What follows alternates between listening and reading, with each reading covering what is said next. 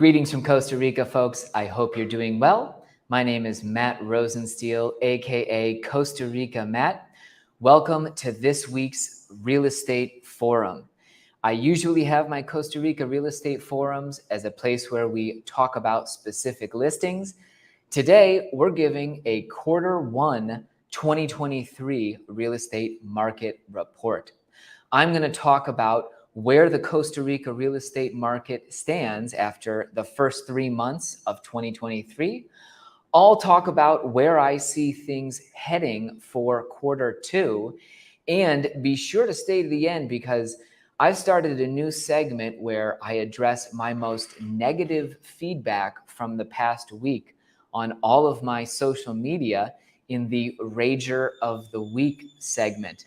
That's right, I don't shy away from criticism, nor do I want to hide it when people have their own opinion about Costa Rica Matt. And I want to present to you one of the people that has gained a spot as the Rager of the Week at the end of the broadcast today. Of course, if you want to post questions, if you want to know how the market is doing, if you have specific information you want to know, don't hesitate to post a comment. Whether you're watching this live or after the fact, we'll try and get back to it. Again, this is our Costa Rica real estate market report for the first quarter of 2023. We've got expert opinions from people around the country. David Carr joins us to chip in his 2 cents as to what is going on in Jacó. We'll be talking about a lot of great information to try and feel out where the market is, how Matt's predictions are playing out in 2023, and where I see us heading from here. Thanks very much for joining us today, and stay tuned.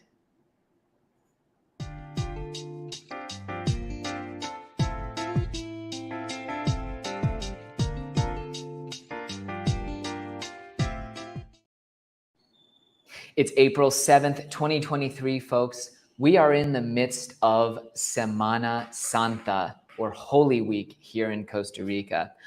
Semana Santa is a huge deal because of Costa Rica's deep, rich, and very powerful Catholic traditions. Right now in Guanacaste, you see people flooding out to the beaches from all of the central areas of Costa Rica, and where I'm broadcasting from, Guanacaste is really a touristy madhouse right now. Things will build to a fever pitch on Sunday, and Semana Santa will conclude with some huge, huge parties over the weekend. Really, it's one of Costa Rica's 2 biggest holidays, and as time goes on, you see that it stays a very strong tradition. Today, I'm going to be giving a recap of what I see as having happened in the first quarter of 2023 in the Costa Rica real estate market. If you follow my channel, which you should by clicking the red button below, you will know that at the end of 2022, I made a video talking about where I saw the market heading over the next year. I don't want to shy away as well from my predictions. I want to try and look back and see where things stack up compared to what I was yakking about back a few months ago. So first and foremost, let's look back with some retro Costa Rica Matt back to December 2022 as to what I was predicting would happen in 2023 in the real estate market here. Hit it, Dimitri.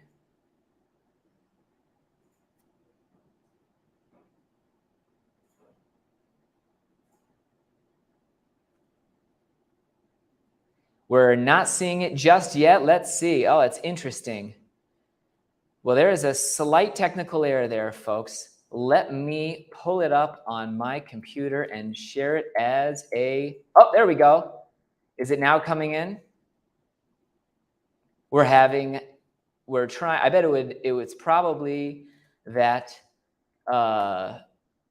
Dimitri's computer might be just having some kind of glitch. Anyhow, what second was that clip from, Dimitri? Don't worry about it. It's okay. Pardon? 9:30. 9 minutes, 30 seconds. Here we go. And here is Matt's predictions from the end of 2022, the Costa Rica real estate market. Now, I don't necessarily think whatsoever that this is going to mean that it would be nearly impossible for 2023 to be as strong of a year in the Costa Rica real estate market as 2022. And in fact, my main prediction is that 2023 will be an absolute year of cooling or normalization for the Costa Rica real estate market. Now, I don't necessarily think whatsoever that this is going to mean a crash, a massive turnaround, or that by the end of 23, we're going to have a massive buyer's market. So to quickly summarize, what I wanted to say in that video was that the end of 2022 was one of the hottest times Costa Rica's real estate market has recently had. Many people thought that it was basically as hot as things had been since 2008. And for many reasons, especially the ongoing change in the US real estate market, interest rates and the things that were happening up there, we're going to see the Costa Rica real estate market taper off in the first quarter of 2023. Well, let's move into talking about that and what we have seen.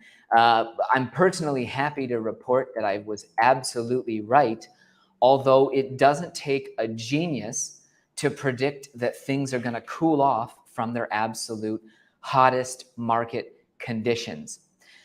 First and foremost, before we get to talking about how things have cooled off, what kinds of data sources can we examine to look at the market? I'm afraid to say that while we do have an MLS, while our association is implementing one, unfortunately, it's only a year old. So our MLS can't itself be a great source of data that is necessarily going to provide this kind of information that would be very easy to see in the US or Canada. Instead, we have a lot of different informal sources of information that we can use to try and get a bead on what's happening. And especially because I'm part of one of Costa Rica's biggest real estate brokerages, the most powerful source of information that we can often tap into are agent testimonials from around the country. I didn't want to just look at my business and try and get a feel for where the market is going. I also asked a number of great Coldwell brokers throughout the country and got pretty much the same feedback, whether it was down in Nosara, whether it was up in Tamarindo, or whether it was down in Jacó. People are universally seeing a slowdown in the Costa Rica real estate market. First, let's talk to David Carr, who is the owner broker of Jacó, or rather Coldwell Banker Jacó, and talk to him about what he's seeing in the market down there as a reference for what I'm seeing up here in Tamarindo. Last year, so we're getting the market in Jacó, it's been interesting compared to last year. So we're getting quite a bit of interest still, but inventory is definitely an issue. All parameters, doesn't matter what you're looking for. It's been an issue. What's a little bit different, I think, in our market versus maybe some of the other parts of the country is that we do have a lot of pre-construction, a lot of projects, a lot of towers, a lot of condos. And it seems like that's where a lot of the market's been going. So a lot of people, I think, are recognizing that maybe they can't find what they're looking for. And we've seen a lot of movement with pre-construction. So that's where a lot of that has been.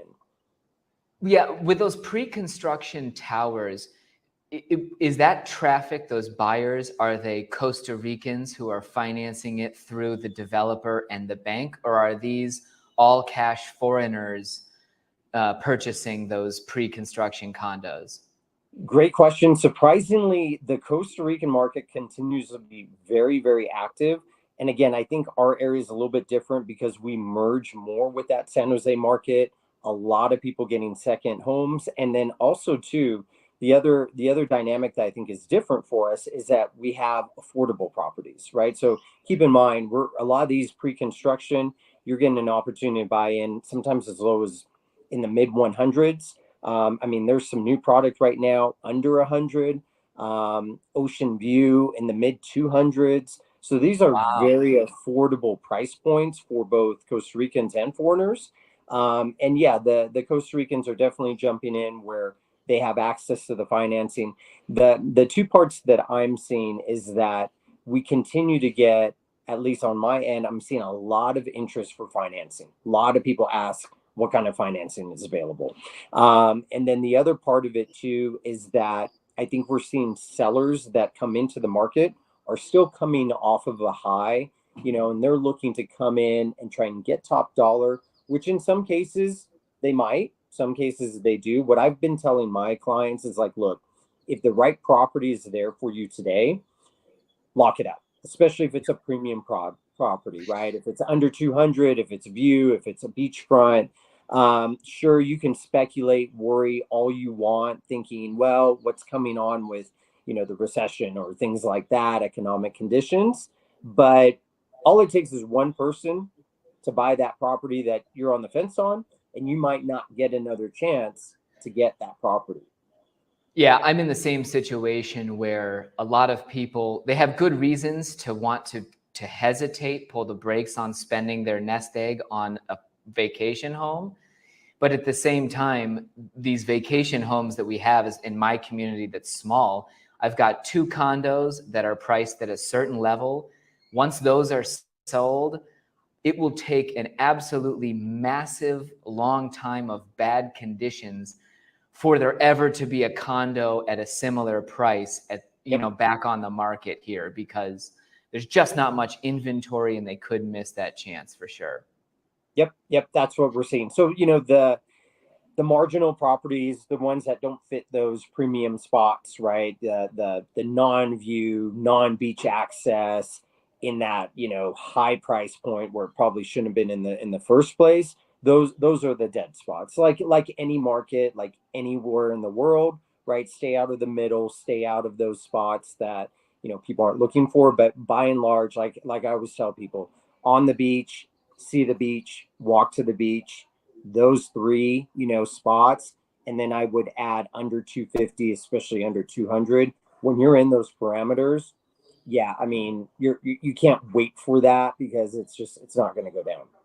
Yeah, exactly. Well, and hearing that there's new construction, are these prices that they're offering including a built-in, possible inflation increase or anything, or are people locking in 100% the prices for these condos in towers down there?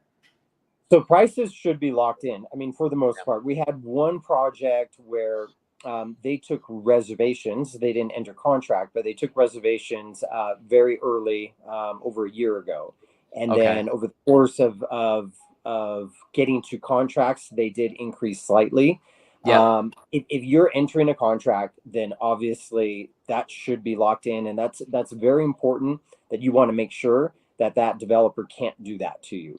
Yeah, And that's absolutely. something that, I don't know if you've talked about on the show, but, the one mistake I see people make with pre-construction is that they're dealing with their sales team or with the developer, and they're not getting, representation, and there's no cost, right? If you or I are helping someone buy pre-construction, if anything, that's a little bit of a safeguard. And, well, are you sure you don't know that there's another project, or did you know that this developer has had this problem in the past, or did you make sure that this contract, is covering you here, or that escrow's set up this way? So it's very important to get representation and get Yep, educated and make sure that, you're being protected, for especially sure. with pre-construction.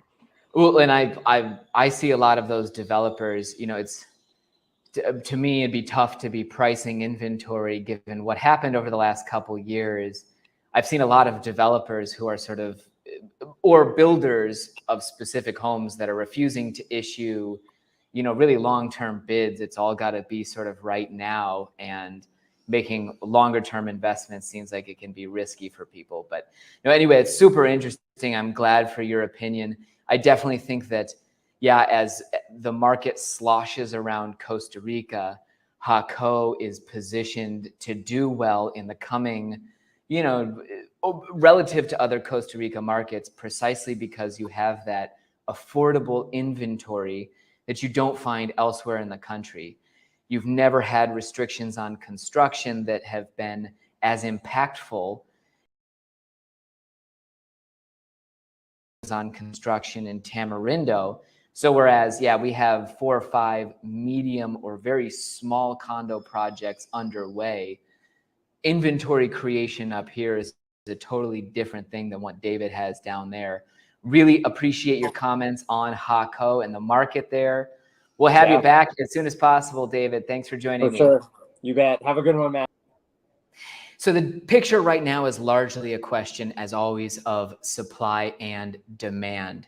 As we go into Q2 of 2023, what you've seen is that our market was surging from the date that they opened the borders in 2020, at the very end of the year in November, until the end of 2022. You saw evidence across the board that real estate was selling just about as fast as people could put it on the market.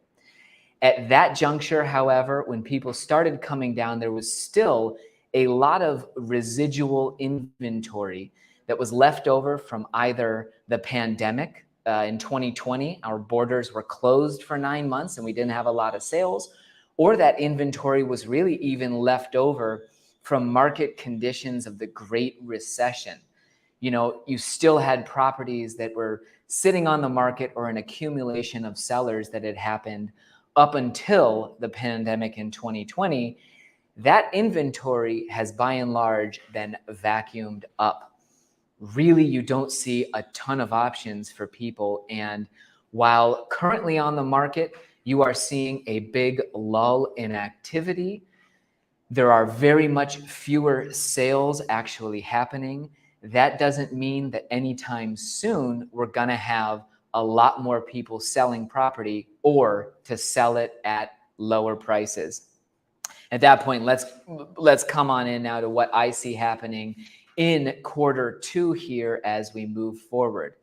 So we've gone through most of the existing inventory that was eaten up in this surge. You now have the remaining listings sitting on the market and conditions are slowing down. One great data source that we can use to also evaluate how quickly things are going are listings that we see stagnate on the market. And I wanted to mention, just this morning, I got an email with listings of luxury ocean view homes in Mar Vista. Mar Vista is one of these neighborhoods that's been utterly difficult to get into. Very high demand for the properties because they have a private school at the entrance. They're located just up the road from the Flamingo Marina, and it's been one of the absolute hotspots for tourism growth. However, this email had 3 different listings, or rather it was a Facebook publication with ocean view homes in Mar Vista. There were 5 total homes. 3 of them were listings that I saw on a tour with clients, and I've got to look up the exact tour date that we ended up going on this with. It was with Melissa, and let me check this schedule. This was on January 5th. So this isn't a huge data point, but from January 5th until April 4th, April 7th, you've had 3 of these luxury ocean view homes sit on the market in one of the areas where people are extremely motivated to buy in. Are they probably overpriced a bit? Yes. Are they unappealing just for their own reasons and people want to build their own houses? That's also a factor for sure. But I can tell you very much, in 2022, luxury homes in Mar Vista did not sit on the market like this. And like I mentioned, we saw 3 of them in January. There was actually a 4th posted on this Facebook post that has been listed even longer. They started at about $3 million asking price, and they've come down to 2.5. Mar Vista brings up another interesting, a dynamic of what I think will unfold. First, in the recent market surge, the people that have really, really spent the prime prices on their property, those folks that had to get into a specific neighborhood, unfortunately, they're the first ones that I see actually losing out in the upcoming market conditions. So as we move over through April, May, and June of 2023, first of all, we have coming up an important lull in tourism activity. I'm going to bring up my friends at AirDNA here and show you a quick chart. Every single year in Costa Rica, and here we go, we have a cyclical lull in tourism. This is the occupancy rate you can see fluctuating over time for every year since 2023, but the graph is just meant for illustrative purposes. And you can see every year at May, while there is a really strong dip in tourism, it wouldn't matter whether we were looking at 27 this county I am, or up in Tamarindo, everywhere sees a huge dip in tourism and international arrivals in May. So that's going to be a first something that changes significantly here over the next few months. And it's obviously just something that's an unavoidable cyclical part of our year. If you've got sellers who have been marketing their property through the high season and they did not find a buyer, soon we're going to start seeing that round of price reduction emails that typically go out as a way for brokers to re-promote a property. They have a listing, it's been on the market for 6 months, they haven't seen any action, they need to try and generate some, so they might reduce the price in order to have a news headline to send out about that property. You can see very small reductions at times, and very rarely are they going to be absolutely 10, 20, 30% price reductions that you would hope to see. I would guess, or I feel strongly, that over the next 3 months, sellers are only slowly going to adjust to this new reality. Remember that in Costa Rica, all foreigners own their property outright in cash. So as the market slows down, we don't have people really forced to sell with the urgency of a mortgage. And whereas the US and Canadian housing markets can somewhat turn on a dime, when interest rates change, when there's a banking crisis, when you see anything affect the structure of debt that holds up the US housing industry, when we're talking about real estate here in our area, it's not nearly as a direct correlation between a change in that debt market and the results in the real estate market. So whereas you might see people immediately trying to lower prices and go aggressive with their price in markets where they have mortgages, down in Costa Rica, you'll see sellers really just start to accumulate more than anything else.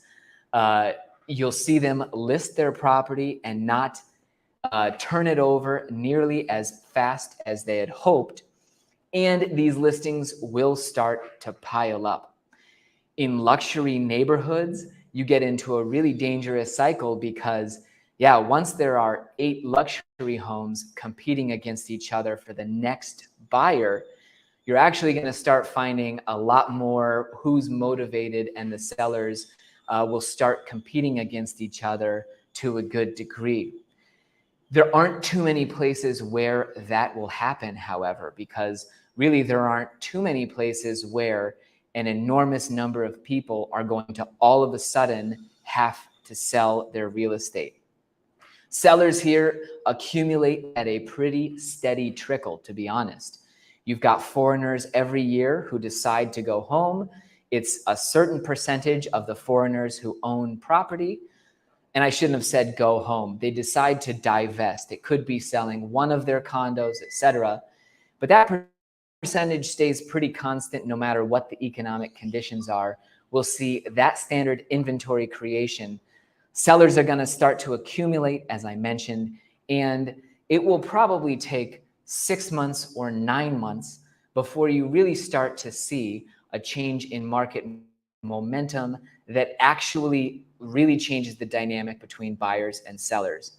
Because again, at the end of 2022, sellers were fully in charge of this market. It was an extremely strong condition. Buyers had to pay the full asking price, closing costs, and many properties were selling with multiple offers. Now things are very much slowing down.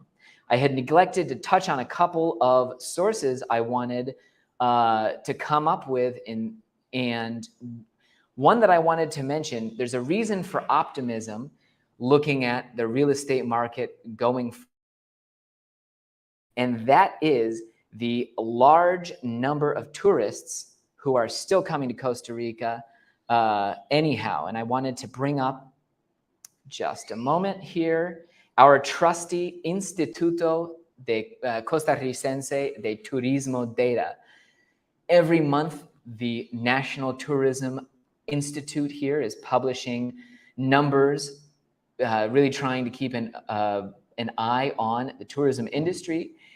And interestingly, you can see that, sorry for those of you who don't read Spanish, but so far in 2023, we have about 40% more arrivals, international arrivals, than we did in the same period in January and February in 2022. This to me is an incredibly important statistic. And I was actually just at the Liberia International Airport recently, and I couldn't believe the number of planes. Really, it's just been a jam-packed, nonstop flow of tourism. And if you look at a 40% increase, now this is, so to go back and clarify this data, this is the number of international tourist arrivals by all methods, both airports, in through land, etc., and sea even. There were 3,000 people who came here on boats apparently. These must have been disembarking cruise arrivals. This is a huge, huge positive step for 2023 versus 2022. And I think that it's very easy to see that our tourism numbers are quickly going to recuperate to 2019. Now, obviously, this does not translate directly to the real estate market. The tourism industry is almost, there's a 80% of tourists, or 90, who will come down here and never once consider buying real estate. But really, to see this many people arriving here in 2023 versus last year, it's priming the pump for future real estate sales. And you can see that despite the global economic outlook and everything, really, people are still coming to Costa Rica. And if we continue to generate those 2.5 or 3 million arrivals of international tourists every year, then I feel pretty secure that our real estate market isn't going to collapse immediately. To summarize, I wanted to bring up, I had contacted a lot of fellow brokers. One of the guys I contacted as well, I hadn't brought up his response. Joe Gibson down in Nosara had also given his feedback on where he sees the market. I think Q1 is clearly down year over year. He doesn't have exact percentage numbers, but looking at all the factors that he has in front of him, he's seeing a decrease in activity. I also talked to Dan Williams in Tamarindo, who has seen a decrease in activity, and Cynthia Urenia in Coco, who said, yes, the market is slower. In conclusion, though, the market is slower because this was always going to happen. We had a ton of appealing inventory available to the rush that happened after the pandemic. Now, the only available properties for sale tend to be the highest price point in their category, what was left over from that rush. And we're slowly seeing that turn where you'll start to see an accumulation of sellers listing their property and becoming more motivated because they're among other sellers. As always, I wanted to mention, thanks very much. We've had some questions from people. I kind of lost track of our chat here. Yeah, Paul, thanks so much for joining us. I definitely want to talk to you about this beachfront bar. To me, looking at a 40% increase in tourism, 23 to 22 in these 2 months, means that a beachfront bar is going to be a really good business idea. I want to wrap up with a fun new segment, our Rager of the Week. A lot of people love Costa Rica, Matt, and a lot of people tend to just post negative stuff on social media and YouTube because they don't have other fulfilling things to do with their time. So I want to bring on our Rager of the Week quote here, and it's a special one. It's not for the reason you might think here. We've got Steve Holtz, who replied to my Via Claire video with, yup, Tamagringo Matt comes up with another one, $, with all the superlatives, $.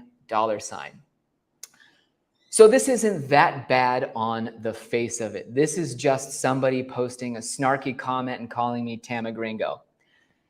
First, let's talk about Tamagringos. And the reason I'm offended there is that I've lived 35 minutes south of Tamarindo my entire time in Guanacaste, and I passionately consider myself someone different than the Tamagringos that you meant to sort of poke fun at here. I spent 2 years living with a family that made less than $5,000 a year as a household. I speak fluent Spanish. More people know me here than do in Indiana. And Tamagringo just seems like a foolish label. It especially seems foolish and hurtful because this person personally knows me. They toured property with me. Between February and April of 2021, I exchanged 15 emails with this person and then showed them property in my area. Steve, this was disappointing. I know that as a former real estate broker yourself, you wouldn't want somebody to spend lots of time corresponding with you back and forth over months, then take a tour with them, seemingly happy and being super friendly the whole time, only to later post a snarky comment like this on my YouTube channel, the one about which you originally contacted me saying you had watched so many of my videos. Steve, it's disappointing. Next week, we'll be doing a demonstration on how to ban people from your YouTube, social media, WhatsApp, and from your car. Thanks very much for joining me this week, folks. Next Friday, April 14th, I will be back at noon Costa Rica time. Really appreciate